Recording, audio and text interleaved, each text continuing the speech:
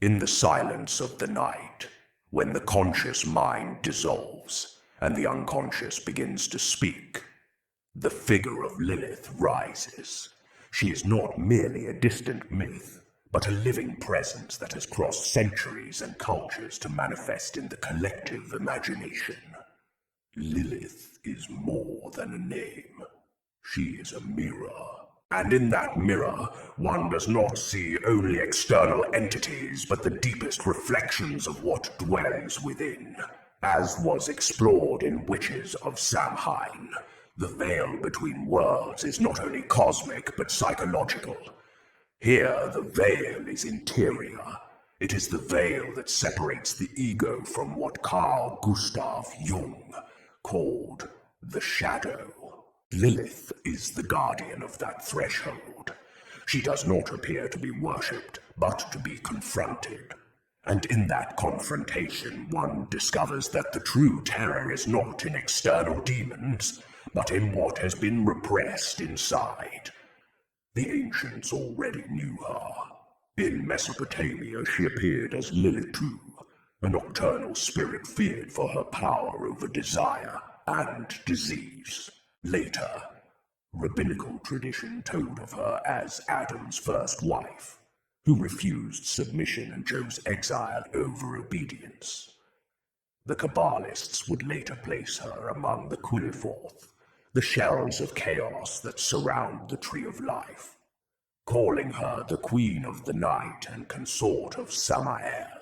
And in the words of certain Gnostic teachers, she was a reminder that the order of the world is not always divine, but often a prison for the soul.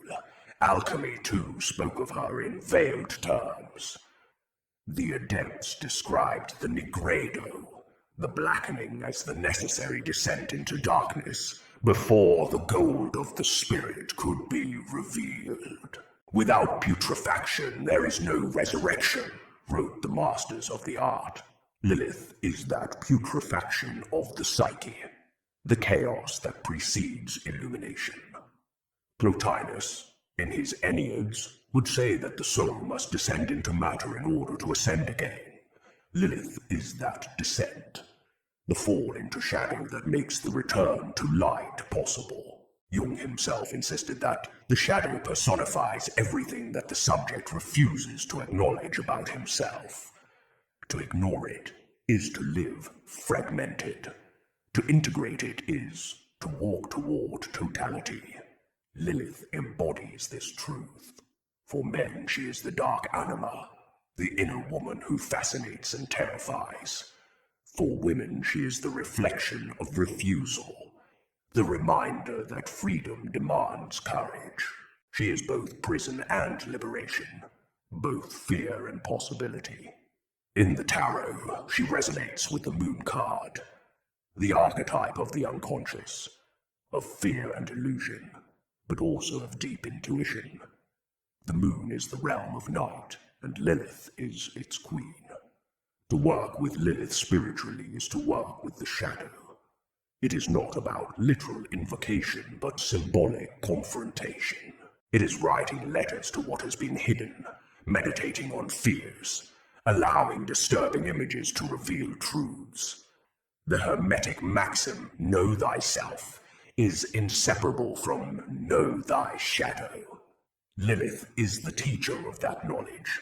Jung spoke of synchronicity, meaningful coincidences that reveal the language of the unconscious. To encounter Lilith in dreams, symbols, or experiences is not accident, but a call from the unconscious to confrontation.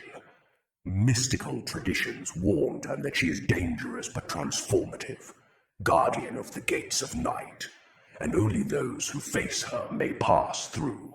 To confront Lilith is to confront oneself.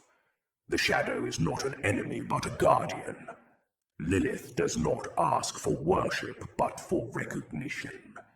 She is the reminder that there is no light without shadow, no individuation without confrontation with what has been denied. Hermetic philosophy teaches the principle of polarity.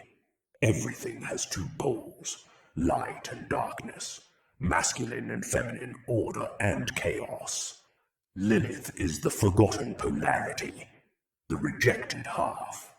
To integrate her is to fulfill the hermetic axiom: what is above is like what is below. The Gnostics told of Sophia's fall, a primordial error that nonetheless opened the path to redemption. Lilith is Sophia inverted. She does not fall through ignorance but through refusal. She is not victim of fate but rebel against it. In alchemy, individuation is the opus magnum, the great work. The first stage, Nigredo, is dissolution, symbolic death, confrontation with the dark matter. Lilith is the Nigredo of the soul, the moment when all illusions are stripped away. Without Lilith, there is no alchemical gold. Without the shadow, there is no light. Hermeticism reminds us that the cosmos is a mirror of the soul. If there is darkness in the universe, there is darkness in us.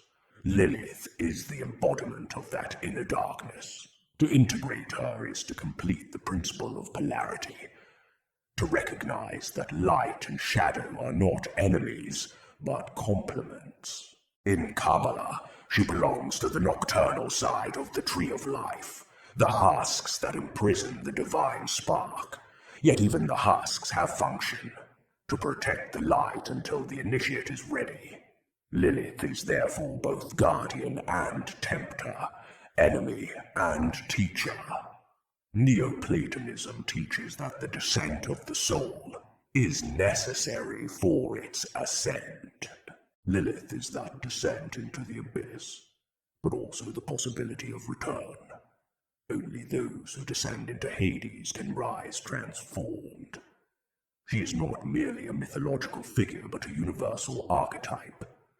The shadow Jung described, the Nigredo of the alchemists, the fallen Sophia of the Gnostics, the forgotten polarity of the Hermetists.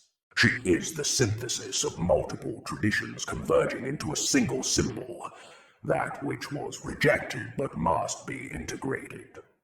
To face Lilith is to face the truth of the self.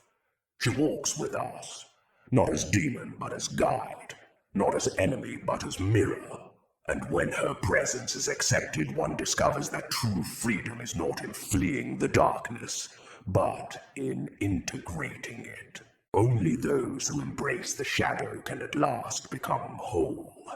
Just as demons of Gnosis revealed the peril and promise of forbidden knowledge, and witches of Samhain unveiled the liminal dance between life and death, this exploration of Lilith and the Jungian shadow completes the triad.